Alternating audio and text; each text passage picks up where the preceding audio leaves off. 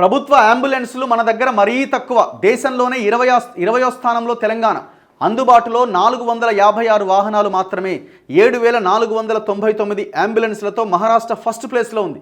కేంద్ర వైద్య ఆరోగ్య శాఖ నివేదిక ఇచ్చిందట. ఎంత భయంకరమైన విషయం ఇది! ఇది ప్రజల ఆరోగ్యానికి సంబంధించిన విషయం. 108 అని ఆనాడు రాజశేఖర రెడ్డి ప్రవేశపెట్టిండు. స్టార్టింగ్లో నడిచింది. తర్వాత దాన్ని డీజిల్ ఖర్చులకు డబ్బులు ఇవ్వక, డ్రైవర్లను నియమించక, వాహనాలు తుప్పుపట్టిపోయి ఎక్కడికక్కడ ఆగమాగం అయిపోయి ఇవాళ కేవలం 400 ఇవి ఉన్నాయి. ఒక్కొక్క నియోజకవర్గంలో ఒక్కొక్కటి ఉంది. ఇక ఆయన ఇటు నుంచి అటు పోయింది అనుకో హైదరాబాద్కి, ఇంకో పేషెంట్కి ఏమైనా అయింది అనుకో, ఇక ఆ పేషెంట్ ఆన్నే, వెహికల్ లేదు, అటు హైదరాబాద్కి వచ్చింది, ప్రైవేట్ వెహికల్స్ను తీసుకురావాల్సి, ఆ లోపే ప్రాణం గాల్లో కలిసిపోతుంది.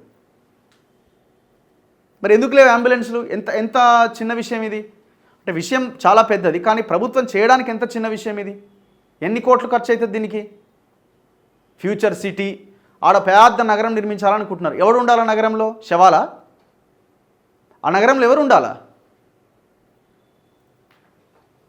దీన్ని మొత్తం తెలంగాణ ఏర్పడక ముందు ఉమ్మడి ఆంధ్రప్రదేశ్లో కొంత బెటర్గా ఉండే. ఇది కేసీఆర్ ఎప్పుడైతే ఎంటర్ అయ్యిండో ఈ అంబులెన్స్లు, ఈ వ్యవస్థ మొత్తం చిన్నాభిన్నమై సర్వనాశనం అయిపోయింది. కనీసం మీరు వచ్చిన తర్వాత మీరన్నా కేటాయించండి బడ్జెట్ దానికి. ఈ ఆలోచన లేదు. చిన్నవి ఇవన్నీ, చాలా చిన్నవి గవర్నమెంట్ చేయాలనుకుంటే ఒక 1000 వాహనాలను పెట్టేసి మండలానికి ఒక వాహనం, మండలానికి ఒక 2-3 వెహికల్స్ పెట్టి ఎవరికి ఏమైనా ఇమీడియట్గా వెళ్ళడానికి ఒక సిస్టమ్ ఏర్పాటు చేసి దాన్ని మానిటరింగ్ చేసేలా ఒక వ్యవస్థను ఏర్పాటు చేస్తే ఎంత అద్భుతంగా ఉంటుంది!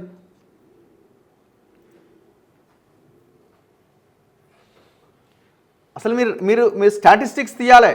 వెహికల్స్ లేక సరైన టైంకి ట్రీట్మెంట్ అందక పోయిన ప్రాణాలు ఎన్ని ఉంటాయి మన దగ్గర చూడండి. సర్కారీ అంబులెన్స్ల సంఖ్యలో తెలంగాణ దేశంలోనే 20వ స్థానంలో ఉందట. మొత్తం 29 రాష్ట్రాల్లో మనం 20వ స్థానం. అంటే మనం ఇవాళ 7 అర్థం చేసుకోవాలి. ఈ విషయంలో పొరుగున ఉన్న ఆంధ్రప్రదేశ్తో పాటు జార్ఖండ్, ఒడిశా, బీహార్ రాష్ట్రాల కంటే తెలంగాణ వెనుకబడి ఉన్నది.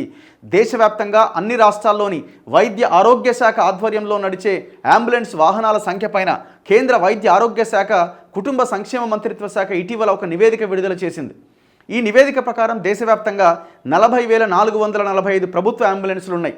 ఇందులో 7,499 అంబులెన్స్లతో మహారాష్ట్ర ఈ జాబితాలో అగ్రస్థానంలో ఉన్నది. ఉత్తరప్రదేశ్ 4,720, పశ్చిమ బెంగాల్ 3,185 వరుసగా 2-3 స్థానాల్లో ఉన్నాయి. ఇక 456 ప్రభుత్వ అంబులెన్స్లు కలిగిన తెలంగాణ ఈ జాబితాలో 20వ స్థానంలో ఉన్నది. ఆ 456 కూడా మొత్తం ఖరాబైన వెహికల్సే. అదే సమయంలో 768 ప్రభుత్వ అంబులెన్స్లతో తెలంగాణ కంటే మెరుగ్గా ఏపీ 16వ స్థానంలో ఉన్నది. ఇక దక్షిణాది రాష్ట్రాల విషయానికి వస్తే ప్రభుత్వ అంబులెన్స్ల సంఖ్యలో తెలంగాణ అట్టడుగు స్థానంలో ఉన్నది. తమిళనాడులో 2,303 ప్రభుత్వ అంబులెన్స్లు ఉంటే కర్ణాటకలో 2,007, కేరళలో 783, ఆంధ్రప్రదేశ్లో 768 ఉన్నాయి. జాతీయ ఆరోగ్య మిషన్ నిధులతో నడిచేవి ఎన్ని ఉన్నాయి, రాష్ట్ర ప్రభుత్వ నిధులతో నడిచే వాహనాలు ఎన్ని ఉన్నాయి అనే వివరాలు కేంద్రం ఈ జాబితాలో వేరువేరుగా విడుదల చేసింది. అంతేకాకుండా advanced life support, basic life support, సాధారణ అంబులెన్స్ల సంఖ్యను రాష్ట్రాల వారీగా వెల్లడించింది. ఇందులో NHM నిధులతో నడిచేవి ఎన్ని, రాష్ట్ర ప్రభుత్వ నిధులతో నడిచేవి ఎన్ని అనే వివరాలు కూడా పేర్కొంది. దేశవ్యాప్తంగా NHM నిధులతో నడిచే అంబులెన్స్లు 28,830, అంటే కేంద్ర నిధులతో నడిచేవి.